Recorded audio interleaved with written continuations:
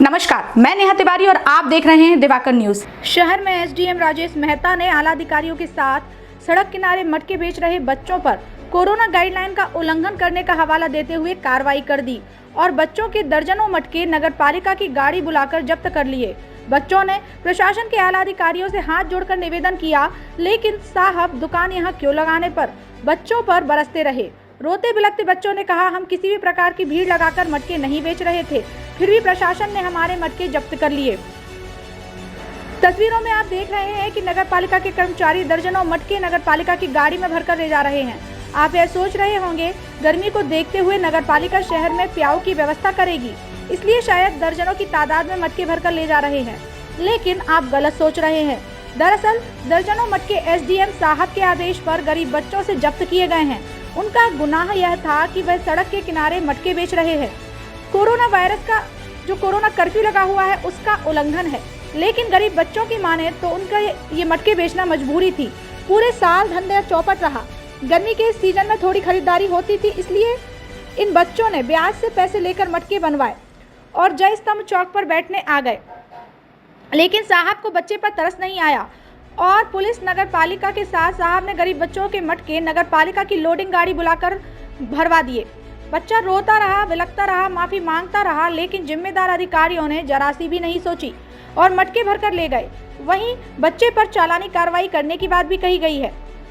बच्चे का कहना था कि मेरे घर में माँ खत्म हो गई है, पैसे नहीं है, हमारी मजबूरी है कि हम कुछ बेचकर घर का गुजारा कर सकें। हमारी दुकान पर ज़्यादा भीड़ नहीं थी, हम शासन की गाइडलाइन का पालन कर रहे हैं, दिन में 1 या 2 ही मटके बिकते हैं, जैसे तैसे घर का गुजारा चल जाता है, लेकिन साहब ने हमारे साथ अन्याय कर दिया।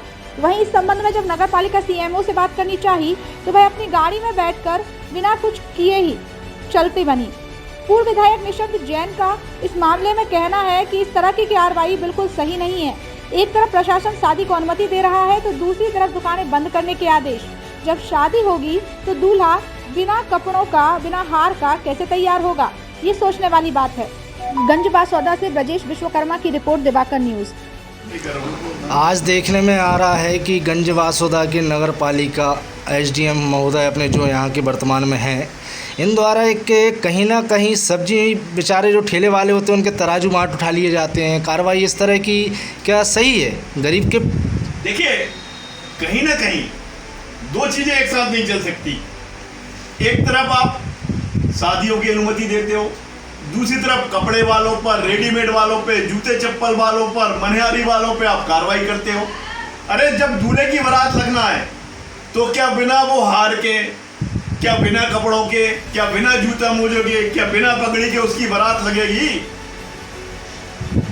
जब आपने अनुमतियां दी हैं तो उस अनुमति के हिसाब से आप उनको अपना व्यवसाय करने दीजिए। या आप बोलिए ना हम कर्फ्यू लगाएंगे।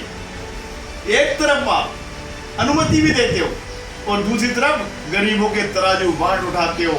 मैं तो कहता हूं कि अनुमति देने के बाद प्रशासन की खुद जिम्मेदारी है कि उस अनुमति का पालन कराए, और यदि कोई उसका पालन नहीं करता तो हम ऐसा इंतजाम करें कि जिससे पालन भी हो जाए और उसकी रोजी रोटी भी चलती रहे।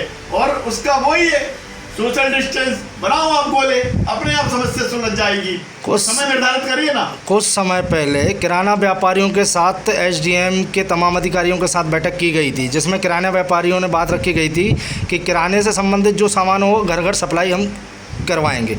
आज देखने में आ रहा है बड़े से बड़े व्यापारी आदि शटर खोलकर अपना सामान वितरित कर रहे हैं और वहीं एक छोटे मोटे दुकानदार को परेशान किया जा रहा है। देखिए, नियम सब पे समान लागू होना चाहिए और मेरी उन दुकानदार भाइयों से भी अपील है कि घर में रहिए, सुरक्षित रहिए और सरकार के भरोसे मत रहिए। अस्पतालों में ऑक्सीजन नहीं है, बेड नहीं है, दवाएं नहीं है, इंजेक्शन की कालाबाजारी में सत्तारूढ़ पार्टी के बहुत सारे नेताओं के नाम आए। आपको कोई नहीं बचा पाएगा, इसलिए खुद की सुरक्षा खुद करिए। हाँ, यदि जो जीवन यापन वाली चीजें हैं उनका आप यदि व्यवसाय कर रहे हैं तो सोशल डिस्टेंस का पालन करते हुए, खुद सुरक्षित रहते हुए, सामने वाले को सुरक्षित रखते हुए आप समय जो निर्धारित किया गया है उसके तहत अपना व्यापार करिए।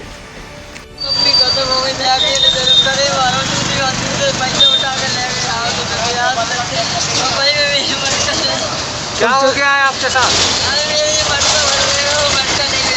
तुम चिंता मत करो, हम संगे हैं तुम्हारे अपन देख कौन आया था? नगर पालिका एडीएम साहब है। आप बताओ हम फिर क्या करें? चलो ठीक है भाई।